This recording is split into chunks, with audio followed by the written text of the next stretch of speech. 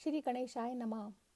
शौनक जी के साधन विषयक प्रश्न करने पर सूत जी का उन्हें शिव पुराण की उत्कृष्ट महिमा सुनाना।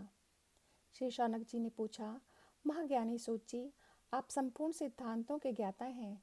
प्रभो, मुझसे पुराणों की कथाओं के सार तत्व का विशेष रूप से वर्णन कीजिए। ज्ञान और वैराग्य सहित भक्ति से प्राप्त होने वाले विवेक की वृद्धि कैसे होती है, तथा साधु पुरुष किस प्रकार अपने काम, क्रोध आदि मानसिक विकारों का निवारण करते हैं। इस घोर कलिकाल में जीव प्रायः आसुर स्वभाव के हो गए हैं। उस जीव समुदाय को शुद्ध अर्थात देवी संपत्ति से युक्त बनाने के लिए सर्वश्रेष्ठ उपाय क्या है? आप इस समय मुझे ऐसा कोई शाश्वत साधन बताइए जो कल्याणकारी वस्तुओं में भी सबसे उत्कृष्ट एवं परम मंगलकारी हो, तथा पवित्र करने वाले उपायों में भी सर्वोत्तम पवित्र कारक उपाय हो। तात वह साधन ऐसा हो जिसके अनुष्ठान से शीघ्र ही अंतःकरण की विशेष शुद्धि हो जाए तथा उससे निर्मल चित्त वाले पुरुषों को सदा के लिए शिव की प्राप्ति हो जाए। श्री सूत जी ने कहा, मुनिश्रेष्ठ शौनक, तुम धन्य हो, क्योंकि तुम्हारे हृदय में पुराण कथा सुनने का विशेष प्रेम एवं लालसा है। इसीलिए मैं शुद्ध बुद्धि से विचार कर तुमसे परम उत्तम शास्त्र का वर्णन करता हूँ। वत्स, वह संपूर्ण शास्त्रों के सिद्धांत से संपन्न, भक्ति आदि को बढ़ाने वाला तथा भगवान शिव को संतुष्ट करने वाला है। कानों के लिए रसायन अमृत स्वरूप तथा दिव्य है। तुम उसे श्रवण करो। मुने, वह परम उत्तम शास्त्र है।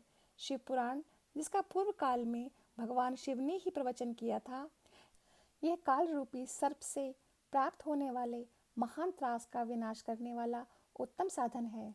गुरुदेव व्यास ने सनत कुमार मुनि का उपदेश पाकर बड़े आदर से संक्षेप में ही इस पुराण का प्रतिपादन किया है। इस पुराण के प्रणयन का उद्देश्य है कलयुग में उत्पन्न होने वाले मनुष्यों के परम हित का साधन। यह शिव पुराण परम उत्तम शास्त्र है। इसे इस भूतल पर भगवान शिव का वाङ्मय स्वरूप समझना चाहिए और सब प्रकार से इसका सेवन करना चाहिए। इसका पठन और श्रवण सर्व साधन रूप है।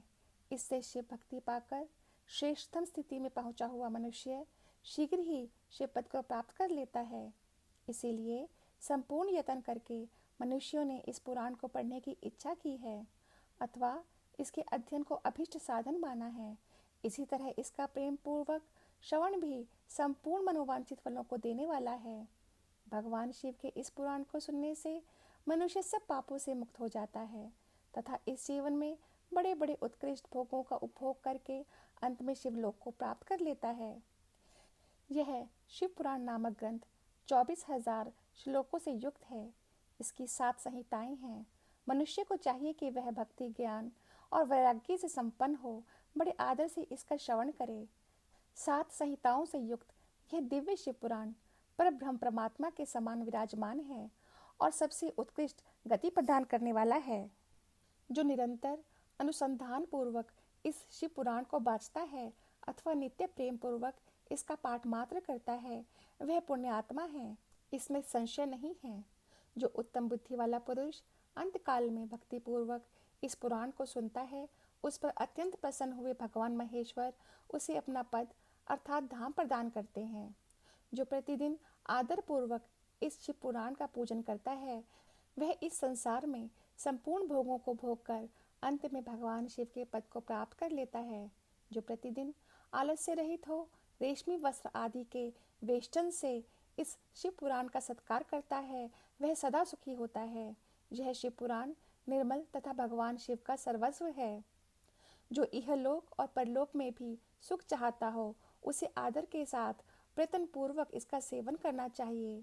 यह निर्मल एवं उत्तम शिव पुराण धर्म, अर्थ, काम और मोक्ष रूप चारों पुरुषार्थों को देने वाला है। अतः सदा प्रेम पूर्वक इसका श्रवण एवं विशेष पाठ करना चाहिए। पहला अध्याय समाप्त। जय गुरु जी। जय शिव शंकर।